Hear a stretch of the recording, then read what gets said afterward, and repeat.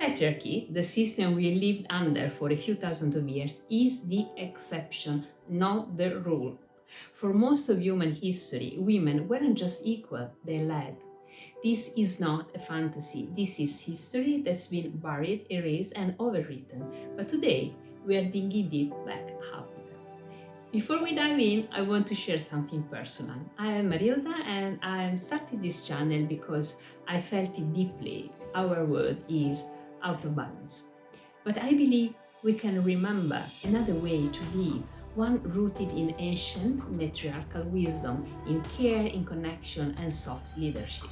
I wanted to join the matriarchs out there and join the movement. So if you feel this too, I invite you to be part of it. Subscribe, share, comment, take action. Let's put this vision together. And if you like to go even deeper, check the links in the description below for more resources. Now, let's begin. I'm gonna take you to a long journey. Let's go back, way back, before pyramids, before kings, before even written language. Archaeologists and scholars like Maria Gimbutas tell us that Neolithic Europe, from around 6500 to 3500 BCE, was home to peaceful, women-centered societies. They weren't matriarchs as simply flip of patriarchy. These cultures were matristics, centered around maternal values like cooperation, care, and harmony with the nature. In sites like Cataluyuk, we don't find weapons. We find goddess figurines, communal living spaces, and altars dedicated to the fertility and life. Power didn't mean domination, it meant connection, creation, and balance. Johann Jacob Bachofen called this era Mother Right, a time when maternal lineage shaped society not through control but through wisdom and cyclical understanding of life. Did you know that for thousands of years women led peaceful societies centered on life and balance?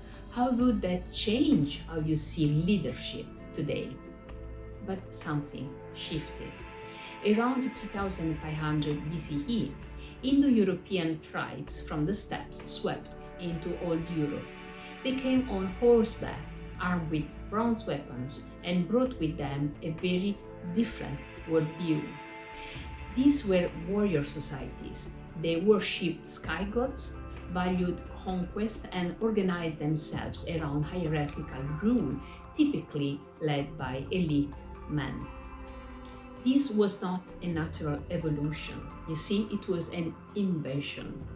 According to Gimbuta's Kurgan hypothesis, patriarchy wasn't something that developed gradually. It was imposed violently.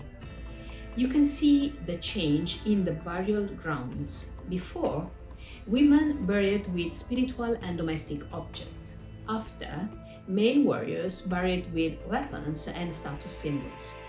In just a few generations, the Earth Mother was replaced by the Sky Father, and with him came a new order, one where the feminine was no longer sacred. What's your reaction to this shift? From goddess-centered peace to warlike conquest? Have you seen echoes of this kind of power dynamic in our world today? I guess so. By 1500 BCE, patriarchy wasn't just social, it was systemic. The Code of Hammurabi restricted women's rights. The Bible placed women beneath men. Greek philosophers like Aristotle insisted women were naturally inferior. And so began the dominator model, a term coined by Ryan Eisler, that replaced mutuality with hierarchy and care with control. And this dominator model didn't just limit women, it redefined how we relate to the power itself through coercion, scarcity, and fear.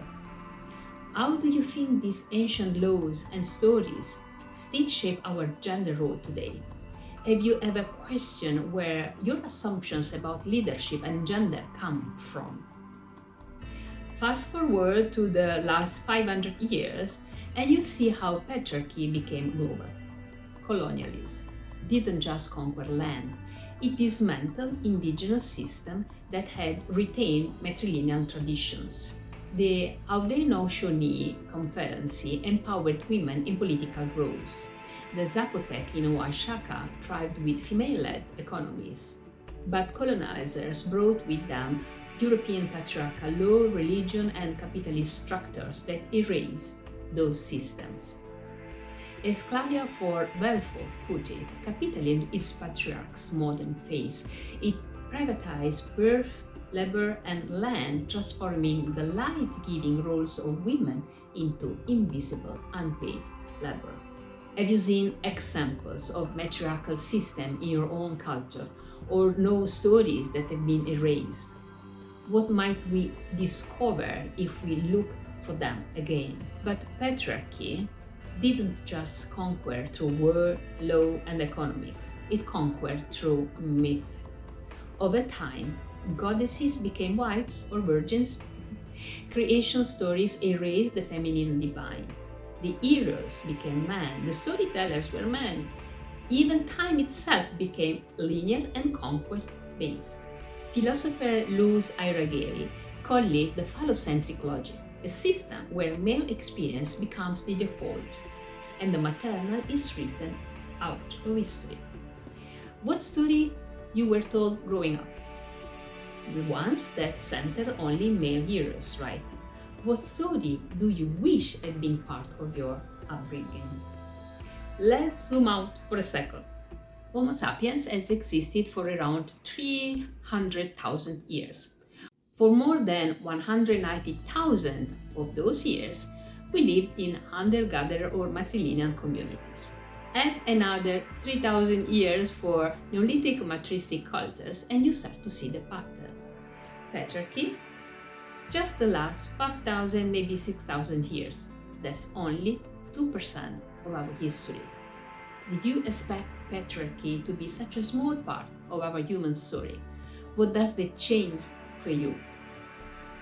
So the question is, why did this short-lived system become so dominant? Because it was enforced through military conquest, urban hierarchy, religious dogma, legal control, economic structures, and global colonial expansion. It didn't win because it worked. It won because it crushed the alternatives. And now the consequences are catching up with us. We are in a global crisis and patriarchy is at the center of it. For several reasons. First, an ecological crisis. A worldview that treats nature as something to be conquered has led us to climate breakdown. Ecofeminists argue that the exploitation of Earth and women stems from the same root mindset. Second, a moral and political collapse. The institutions built on patriarchy, governments, churches, economic systems, are losing their legitimacy. Movements like Me Too and indigenous land reclamation are reclaiming what was stolen. Third, a gender crisis. The binary itself is unraveling and trans, non-binary, gender-fluid identities are changing and challenging the very structure of patriarchy depends on to function. Fourth, a collapse of myth. The old stories are losing power. Around the world, people are rediscovering goddesses, traditions, ancestral wisdom, and earth-honoring spirituality. Which of these crises do you feel most in your own life or community? Do you see signs of something new emerging? Because I believe this is not just collapse, this is also rebirth. The values once centered in matriarchal societies, care, reciprocity, balance, community, are returning. They were never truly gone, maybe they were just underground. If you could redesign society from scratch right now, what values would you start with? So now that you know this story, what kind of future do you want to help build? Drop your thoughts in the comments, share this video with someone who might need it. And if you haven't done already, please subscribe because this is just the beginning. Check the description for deeper dives, readings, and other resources. The dominator model is dying. but something beautiful is being born. Let's remember it and let's rebuild it together. Bye.